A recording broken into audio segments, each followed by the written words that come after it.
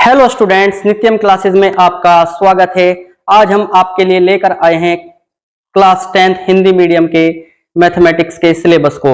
आज हम जानेंगे हमारे मैथमेटिक्स में कौन कौन से चैप्टर हैं और कौन कौन से चैप्टर कितने अंक के आएंगे और कितनी यूनिट हमारे पास मैथमेटिक्स में दी गई है।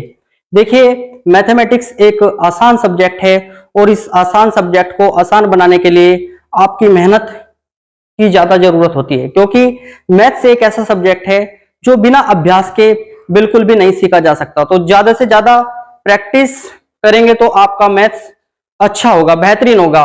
तो आइए देखते हैं आज के अपने सिलेबस को। तो हमारा जो आज का सिलेबस रहने वाला है वो कुछ इस प्रकार रहेगा स्टूडेंट्स। यहाँ पे हमारे पास यूनिट है, इकाई है और प्रकरण है। हमारे पास कौन कौन से प्रकरण है और कितने पूर्णांक के आपके चैप्टर्स आएंगे। तो स्टूडेंट्स देखेंगे हमारे पास किस प्रकार की यूनिट आएगी। तो स्टूडेंट जैसे हमारे पास इकाई 1 दी गई है, इकाई 1 में आपकी संख्या पद्धति है। जो संख्या पद्धति है स्टूडेंट्स वो आपकी 5 अंक की आएगी। उसके बाद स्टूडेंट्स मैं बात करता हूं इकाई 2 की। इकाई 2 में हमारे पास क्या स्टूडेंट्स बीज गणित है और बीज गणित हमारा कितने अंक का है, 18 अंक का है। अब हम बात करेंगे स्टूडेंट्स इकाई 3 की। इकाई 3 हमारी निर्देशांक ज्यामिति है और निर्देशांक ज्यामिति हमारे 15 अंक की आएगी आपके बोर्ड एग्जाम में। अब हम स्टूडेंट्स बात करते हैं इकाई 4 की। इकाई 4 हमारी क्या है, ज्यामिति है और ज्यामिति में हमारे पास क्या स्टूडेंट्स ये 12 अंक की आएगी आपकी ज्यामिति।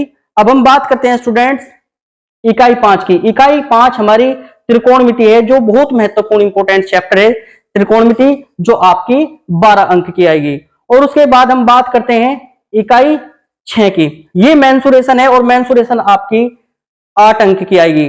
अब स्टूडेंट्स जो हमारी लास्ट इकाई यूनिट रहने वाली है उसका नाम है सांख्यिकी तथा प्रायिकता। सांख्यिकी एवं प्रायिकता जो है आपकी 10 अंक की आएगी। तो कुल मिलाकर हमारे पास कितनी यूनिट है स्टूडेंट्स, हमारे पास कुल 7 यूनिट है। और जो 7 यूनिट है, जो टोटल आपका पेपर आएगा वो 70 अंक का आएगा।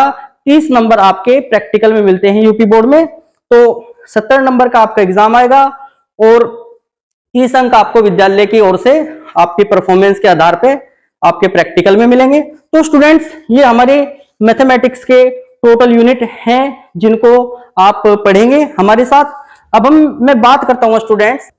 तो स्टूडेंट्स ये हमारी जैसे आपकी यूनिट्स रहने वाली है, ये जो आप पढ़ेंगे, सॉरी यहाँ पे एक गलती हो गई हमारे से स्टूडेंट्स, ये हमारी 15 अंक की नहीं, ये 5 अंक की है, क्योंकि टोटल मिलाकर हमारे तभी ये 70 होंगे। तो स्टूडेंट्स आइए अब हम देखेंगे एक एक यूनिट के सिलेबस के बारे में, कौन कौन सी आपको प्रकरण के अंतर्गत टॉपिक्स पढ़ने हैं मैथमेटिक्स के अंदर। तो स्टूडेंट्स हमारी जैसे इकाई 1 है, इकाई 1 में हमारे पास स्टूडेंट्स वास्तविक संख्याएं हैं और वास्तविक संख्याओं में आप क्या पढ़ेंगे स्टूडेंट, अंक गणित का आधारभूत प्रमेय पढ़ेंगे। इसके कुछ उदाहरण के बारे में बात करेंगे हम, √2, √3, √5 और अपरिमेय संख्याओं के विषय में भी हम बात करेंगे इस चैप्टर में। और स्टूडेंट्स अब मैं बात करता हूं इकाई 2 की। इकाई 2 में हमारे पास क्या है स्टूडेंट्स, आपका चैप्टर बहुपद है, पोलिनोमियल। बहुपद में हमारे पास क्या है स्टूडेंट्स, बहुपद शून्यांक है, द्विघात के गुणांक और उनके शून्यक निकालेंगे। उसके बाद स्टूडेंट्स हमारे पास जो इकाई 2 में दूसरा चैप्टर है उसका नाम है दो चर वाले रैखिक समीकरण युग्म, जिसमें आप स्टूडेंट्स बीजगणितीय विधि सीखेंगे। और बीजगणितीय विधि में यहाँ पे स्टूडेंट्स आप प्रतिस्थापन विधि से और विलोपन विधि से क्वेश्चन को हल करना सीखेंगे स्टूडेंट्स। अब मैं बात करता हूं द्विघात समीकरण की, जो इकाई 2 का भाग है।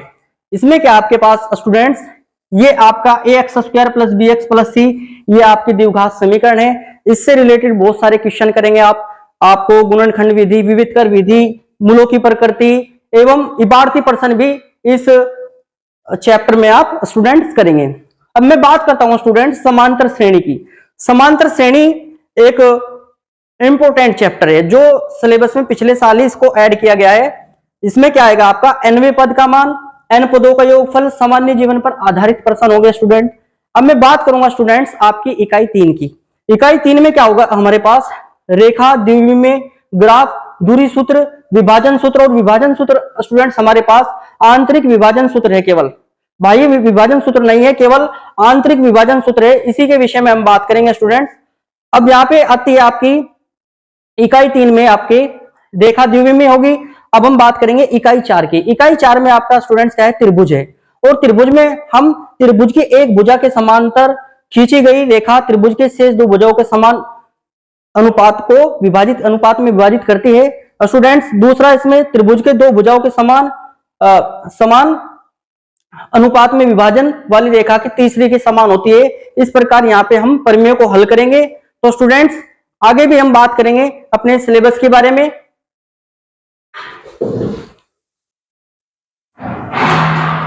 तो आइए स्टूडेंट, अब हम देखते हैं अपने आगे के सिलेबस में हमारे पास क्या क्या रहने वाला है। यूनिट नंबर 4 में हम पढ़ेंगे वर्त और वर्त की स्पर्श रेखा, स्पर्श बिंदु पढ़ेंगे स्टूडेंट। यहाँ पे हम क्या पढ़ेंगे स्टूडेंट, वर्त की स्पर्श रेखा स्पर्श बिंदु से होकर जाने वाली त्रिज्या पर लंब। एवं दूसरा टॉपिक हमारे पास क्या रहेगा, वर्त से हमारे पास रहेगा किसी बाह्य बिंदु से खींची गई दो स्पर्श रेखाओं की लंबाई बराबर होती है। अब हम बात करेंगे स्टूडेंट अपने यूनिट नंबर 5 की। यूनिट 5 में स्टूडेंट हमारे पास क्या रहने वाला है, देखिए हमारे पास जो यूनिट 5 है उसमें है आपका त्रिकोणमितीय परिचय। त्रिकोणमितीय परिचय में क्या पढ़ेंगे स्टूडेंट, आप समकोण त्रिभुज के न्यून कोणों के त्रिकोणमितीय अनुपात, 0 डिग्री और 90 डिग्री के त्रिकोणमितीय अनुपात, इनके मध्य के अनुपात और अनुपातों का मान, जैसे आपका 30 डिग्री, 45 डिग्री, 60 डिग्री, आपका 0 डिग्री और 90 डिग्री, इनके बीच में संबंध पढ़ेंगे स्टूडेंट। अब हम बात करते हैं सर्वे समीका। सर्वे समीका कौन सी रहेगी हमारे सिलेबस में student, sine square theta plus cos square theta बराबर 1 को स्थापित करना आप सीखेंगे यहाँ पे। अब हम बात करेंगे स्टूडेंट ऊंचाई एवं दूरी की, जो आपका लेसन 3 रहेगा यूनिट 5 का, उन्नयन एवं अवनमन कोण, जिसमें 30 डिग्री, 45 डिग्री, 60 डिग्री और इसके साधारण पर्सन रहने वाले हैं स्टूडेंट। अब इकाई 6 हमारी क्या रहेगी स्टूडेंट, वर्त से संबंधित क्षेत्रफल। इसमें आप पढ़ेंगे स्टूडेंट त्रिज्या खंड, वर्त खंड, और इसमें केंद्रक कोण क्या रहने वाले स्टूडेंट हमारे 60 डिग्री, 90 डिग्री और 120 डिग्री। तो स्टूडेंट अब हम बात करेंगे यूनिट 6 की, जिसमें आपका चैप्टर 2 रहने वाला है स्टूडेंट, वर्त का क्षेत्रफल एवं आयतन। इसमें स्टूडेंट हमें पढ़ना क्या है, आयतन एवं घन, क्षेत्रफल एवं घनाभ, गोला आपका, बेलन, लंबवर्तीय शंकु, अर्धगोला, बेलन, छिनक, इससे संबंधित प्रश्न करेंगे, साधारण प्रश्न करेंगे स्टूडेंट यहाँ पर। अब आपकी आएगी इकाई नंबर 7। इकाई नंबर 7 में स्टूडेंट आपकी संख्या की है। संख्या की एक बहुत सरल चैप्टर है और एक अच्छा चैप्टर है, जिसमें आपके काफी अच्छे अंक बनते हैं, जिसमें आपके 3 टॉपिक रहेंगे, वर्गीकृत आंकड़ों के माध्य, माध्यिका एवं बहुलक। अब हम बात करते हैं स्टूडेंट प्रायिकता। प्रायिकता में हमारा क्या रहेगा, एकल घटना पर आधारित प्रश्न रहेंगे और इसकी डेफिनेशन रहेगी, आसान से प्रश्न रहेंगे। स्टूडेंट्स नित्यम क्लासेस पे आपको एक एक वीडियो मैथमेटिक्स की एक एक यूनिट को, एनसीईआरटी के सिलेबस को मैं कवर करूंगा आपके साथ। अब हम एग्जाम पैटर्न देखेंगे, यूपी बोर्ड का एग्जाम पैटर्न क्या रहने वाला है स्टूडेंट। तो हमारा जो एग्जाम पैटर्न है, इसमें सेक्शन ए में आपके बहुविकल्पीय प्रश्न आएंगे 20, जो 20 अंक के होंगे। स्टूडेंट्स सेक्शन बी जो आएगा, इसमें प्रश्न 1 जो आएंगे वे अति लघुत्तरीय प्रश्न आएंगे, 6 क्वेश्चन होंगे 2 नंबर के, जो आपके 12 नंबर के होंगे टोटल। अब क्वेश्चन नंबर जो 2 रहने वाला है, इसमें लघु उत्तरीय प्रश्न आएंगे, जो आपके 6 क्वेश्चन दिए गए होंगे, जिसमें से आपको 5 क्वेश्चन करने होंगे, जो आपके 4 अंक के होंगे। टोटल कितने होंगे स्टूडेंट, ये 20 अंक के होंगे। अब हम बात करते हैं क्वेश्चन नंबर 3, 4 और 5। यहाँ पर आपको 2-2 क्वेश्चन मिलेंगे लॉन्ग में, जिसमें से आपको क्या करना है स्टूडेंट, 3 क्वेश्चन करना है। प्रत्येक क्वेश्चन आपका 6 अंक का रहने वाला है, जिसमें स्टूडेंट टोटल ये 18 नंबर का होगा। जो टोटल आपका पेपर होगा, जैसे कि पहले बताया गया, 70 नंबर का रहेगा, 30 नंबर का आपका प्रैक्टिकल रहेगा। तो स्टूडेंट मेहनत आपको करनी है, आपके हाथों में आपकी कलम है।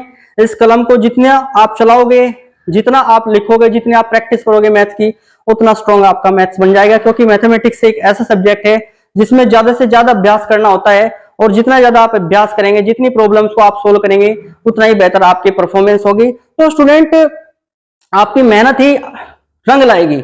आपको टाइम देना पड़ेगा खुद को आगे बढ़ाने के लिए। हर बार जो आपके क्लास में अध्यापक होंगे, आपको उनकी बात सुननी होगी और सुनकर उनको इंप्लीमेंट करना पड़ेगा, और अभ्यास आपको निरंतर बनाए रखना पड़ेगा। तो आशा है कि आपको ये टॉपिक समझ में आया होगा। तो धन्यवाद। जय हिंद, जय भारत। नित्यम क्लासेस में आपका हार्दिक अभिनंदन है।